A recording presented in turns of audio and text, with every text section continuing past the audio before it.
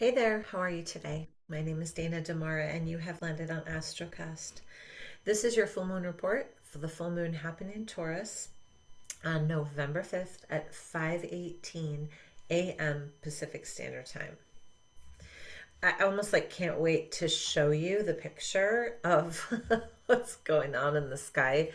It is a beautiful full moon because it's in the sign of Taurus, and Taurus is all about beauty and presentation and pleasure and grounding and rituals. And so maybe I feel that way because my moon is Taurus, but I will tell you that the view from the sky, or of the sky, I should say, will be pretty incredible. I'm going to share my screen first and then kind of show you what the deal is. Okay, so first of all, the theme of this full moon is really kind of grounding in your value. I talked about it in the November forecast, and that's really the theme of the whole month. But this full moon is about just taking those Taurus qualities to the nth degree. So here's the moon at 13 degrees, which, by the way, is, the number of the goddess. And then here's the sun in Scorpio. So that's why we have a full moon. And so with the moon in Taurus, we're focusing on Taurus qualities. We're talking about oh my God, there's so many things on the screen. I don't want to get distracted. We're talking about what we value. We're talking about our sense of security, right? Like, what do we define as security? What do we define as support?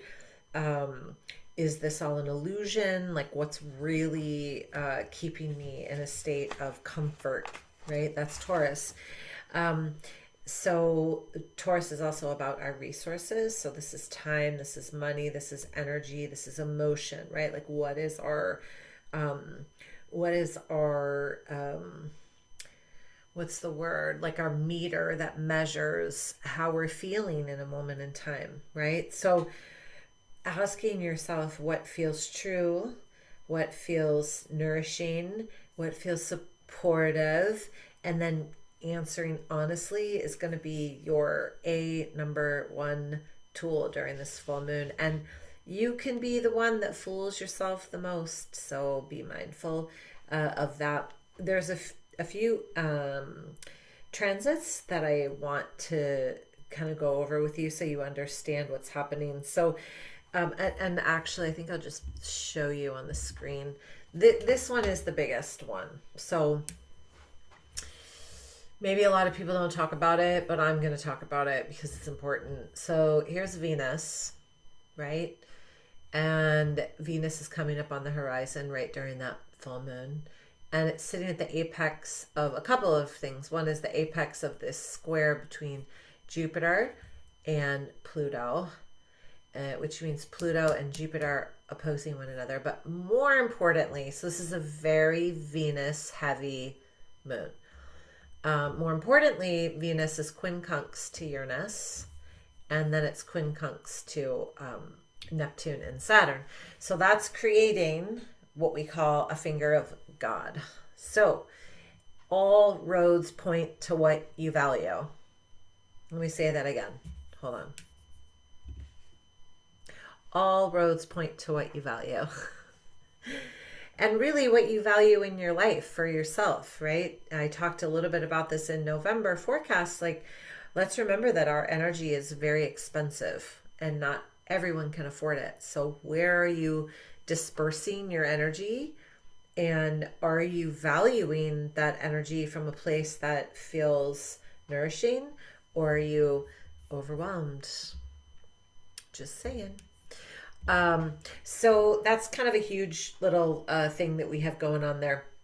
There's all these other ones, but I definitely want to focus on this. So we have this finger of God, all roads point to Venus. The fact that Venus is squaring Jupiter, and then which is the two benefics, what we call the benefics. So they're actually beneficial planets. You're going to have an opportunity to expand that which you perceive as important and valuable. You're also going to have an opportunity to get a little overwhelmed. So just be mindful of that. And then Venus squaring Pluto is just going to make things a little bit more intense. Pluto wants you to dig a little bit deeper, but Pluto only wants you to be empowered, right? So as you're thinking about that square, right, from Venus to Jupiter, then Venus to Pluto, keep in mind that this is an energy that will, for lack of a better word, pull at your heartstrings and ask you what's really important, because there's probably something weighing you down that is no longer important, but you might have to dig deep in order to understand what that is. You gotta love full moons, huh? And then the other thing that we have here is Uranus is actually opposing Mars and Mercury, and Uranus is the planet of unexpected change and inspiration and dimension. And so with Uranus opposing Mars, it's unexpected change that could happen really quickly. Pay attention to all of the ways that you're receiving communication and what's really supportive and what isn't.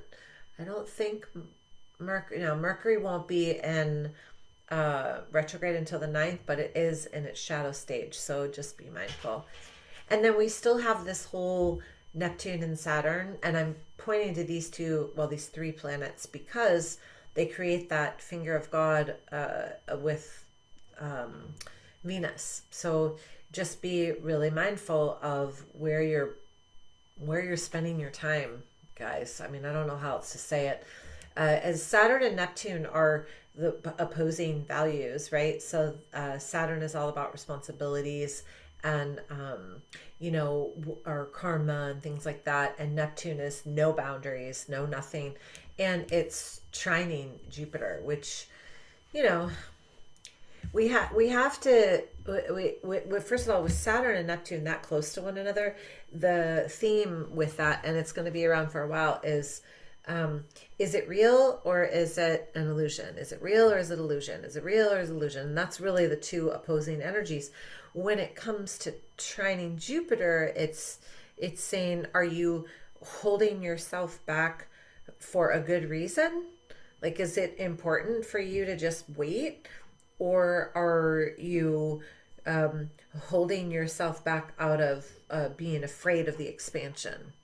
And I know we've all been there. I was just having this conversation the other day with a friend about how so many people, myself included, have held themselves back from expanding in a relationship or a job or their life because they're concerned about what could happen, when really the other side of that is like, wow, but what could happen?